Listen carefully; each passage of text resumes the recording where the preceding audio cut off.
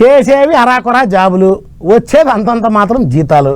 ఇంకా సామాన్యుడు బతికేదట ఉప్పులు, పప్పులు, అల్లం, ఎల్లిగడ్డ, సబ్బులు, పౌడర్లు ఇట్లా ఒకటేంది అన్ని వస్తువుల ధరలు పెరుగుతూనే ఉన్నాయి. అటు గరీబోళ్ళ బతుకులు అవి కొనలేక ఆరిపోతూనే ఉన్నాయి. ఇవన్నీ ఎప్పటికప్పుడు పెరుగుతూనే ఉంటే ఇదిగోండి ఇప్పుడు ఇది కూడా పెరిగిపోతుందంట. అదేందో తెలుసుకొని వద్దాం పదండి.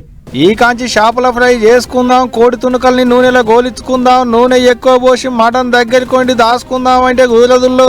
ఎందుకంటే మంచి నూనె ధరలు అనామతం పెరుగుకుంటూ వస్తున్నాయి. ఇది మేమంటున్న ముచ్చట కాదు సుమా, ఖుద్దు సెంట్రల్ సర్కారు చెప్తున్న ముచ్చటే. ఎందుకంటే మన దేశంలో వాడుతున్న వంట నూనెలలో 70% బయట దేశంలోకేంచి కొంటున్నాయేనట.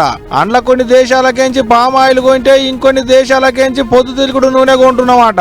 గట్లా ఇన్ని దినాలకేంచి దిగుమతి చేసుకుంటున్నాక నూనెలకు సుంకాలు బింకాలు ఏం లేవట. గీ నడమనే 20% పెంచేటోళ్లకు బయట దేశాలలో వెనక పట్టు పట్టిర్రు. దీంతో పామాయిల్, పొద్దుతిరుగుడు నూనె ఇంకా సోయా నూనెల ధరలు పెరగొచ్చు అని అంటున్నారు. ఇదిట్లుంటే ఈ సెప్టెంబర్ పోతే వచ్చే అక్టోబర్, నవంబర్ నెలలలో పండుగలు జోరు మీద ఉంటాయి. అసోంటి వాళ్ళ నూనె ధరలు పెంచుడు అంటే సామాన్యుల నెత్తి మీద బండరాయిలు ఎత్తేసినట్టే అని కోపానికి వస్తున్నారు చాలా మంది. ఇప్పటికే ఉప్పు, పప్పు, ఎచ్చం, మసాలాల ధరలు పిటాన పిరమై గరీబోళ్లు ఆగమైతుంటే మూలిగే నక్క మీద తాడి పండు పడ్డట్టు ఈ నూనె ధరలు చల్లకుండా ఈ మోపున పెరుగుతున్నాయి అని గరానికి వస్తున్నారు. మా గరీబోళ్ల మీద ఇంత పాయరం ఉంది, అంత పాయరం ఉందని ముచ్చట్లు చెప్పేటోళ్ళు అయితే గీతకి ధరలు తగ్గించే ఇకమతి చేయాలి గాని గిట్లా ఇగరం తప్పిన పీనిగా ఎత్తుకపోయేటోని మీద ఏమో చేసినట్టు చేస్తే ఎట్లా? గెలిచి గద్దెనెక్కినాక సర్కారు ఖర్చులు, రయాలు మానెత్తి మీద రుద్ది తెట్టా అని తిట్టి సాపిస్తున్నారు ఈ ముచ్చట చూసిన పబ్లిక్. మరి మోక చూస్తుంటే నూనె ధరలు బాగానే దబ్బినే పెరిగేటట్టున్నాయి. అందుకనే దప్పదప్పుడ పోయి వెళ్ళినంతలా ఎంతో కొంత తెచ్చి దాచిపెట్టుకోరి.